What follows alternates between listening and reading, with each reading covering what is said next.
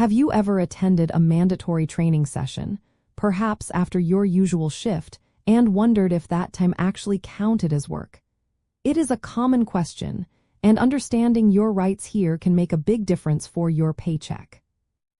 Generally speaking, yes.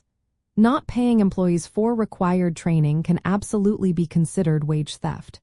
If your employer requires you to attend training, then that time is compensable work time, and you should be paid for it. The core reason behind this is a fundamental principle of labor law.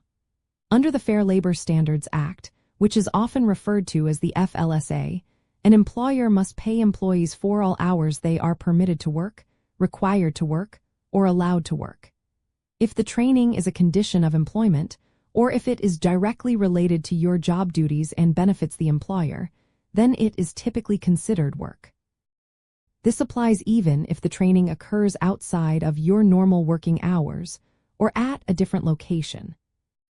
So, what can you do if you find yourself in this situation? First, it is a good idea to keep clear records of all your work time, including any required training sessions. Note the date, the duration, and what the training entailed. Next, review your pay stubs carefully to ensure you have been compensated for all those hours. If you notice a discrepancy, the best first step is usually to politely bring it to the attention of your human resources department or your direct supervisor. Sometimes, it can be an oversight that is easily corrected.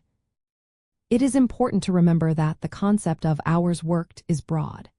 It includes not only performing your primary job duties, but also other activities that are an integral part of your principal activities, such as mandatory meetings or training.